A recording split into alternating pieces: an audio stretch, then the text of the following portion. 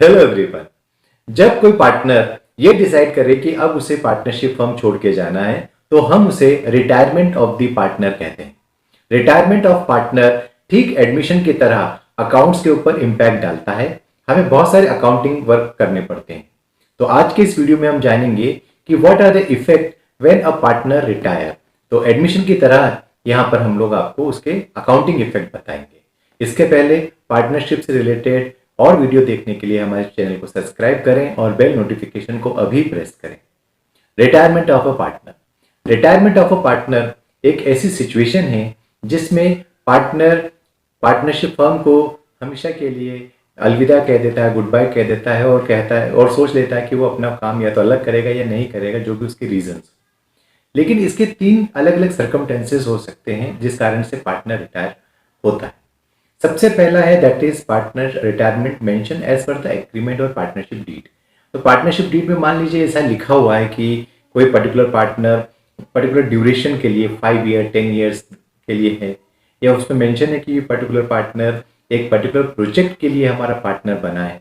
तो जैसे ही वो ड्यूरेशन पूरी हो जाएगी या जैसे ही वो प्रोजेक्ट पूरा हो जाएगा तो पार्टनर जो है वो रिटायरमेंट ले लेता है। तो पहला है partnership retirement, partner retirement as per the partnership deed. अगला जो कंडीशन है when all the partners agree for the retirement. तो जब सारे पार्टनर को लगे कि ये पार्टनर बीमार है या इसकी एज है, ज़्यादा हो चुकी है या कोई इसकी प्रॉब्लम है, तो वो एग्री हो सकते हैं और पार्टनर रिटायरमेंट ले सकता है। तीसरा है पार्टनर बाय विल, और इसमें हम लोग पार्टनर अपने नोटिस देता है कि मैं अगले महीने से या 2 महीने बाद से या इस साल के एंड में फर्म को छोड़ दूंगा। तो इसे हम लोग पार्टनर रिटायर एट विल कहते हैं। वो नोटिस देकर भी पार्टनरशिप को छोड़ सकता है। तो ये तीन सिचुएशन है जो पार्टनरशिप रिटायरमेंट में आती है। अब इसके अकाउंटिंग इफेक्ट की बात करते हैं। तो इसके जो अकाउंटिंग इफेक्ट है वो एग्जैक्टली एडमिशन की तरह ही है, लेकिन इसके अपोजिट होते हैं। जैसे जब कोई पार्टनर रिटायर होता है तो पुराने पार्टनर्स के रेशियो में चेंज होता होगा, तो इसके लिए रेशियोज जो है वो नया फाइंड आउट किया जाता है, फाइंडिंग न्यू रेशियोज। ऑब्वियस बात है, पहले 3 पार्टनर थे, मान लीजिए अब 2 बचे हैं, तो कुछ पार्टनर उसमें गेन करेंगे, तो गेनिंग रेशियो निकालना पड़ेगा हम लोगों को। तो determining new ratios and gaining ratio, तो ये एक तो रिटायरमेंट के समय होता है। एडमिशन के समय आपने देखा होगा जब पार्टनर आता है तो हम सेक्रीफाइस रेशियो निकालते हैं नए रेशियो के साथ। यहाँ पे हम लोग रिटायरमेंट के समय गेनिंग रेशियो निकालते हैं न्यू रेशियो के साथ। सेकेंड चीज हम लोग करते हैं that is evaluation and the treatment of goodwill. तो अगर कोई गुडविल है या रिटायरिंग पार्टनर को हमें प्रीमियम फॉर गुडविल देना है तो वो भी हम लोग यहाँ पे कैलकुलेट करते हैं और उसका शेयर उसको दे सकते हैं। तीसरा जो है that is the revaluation of assets and liability.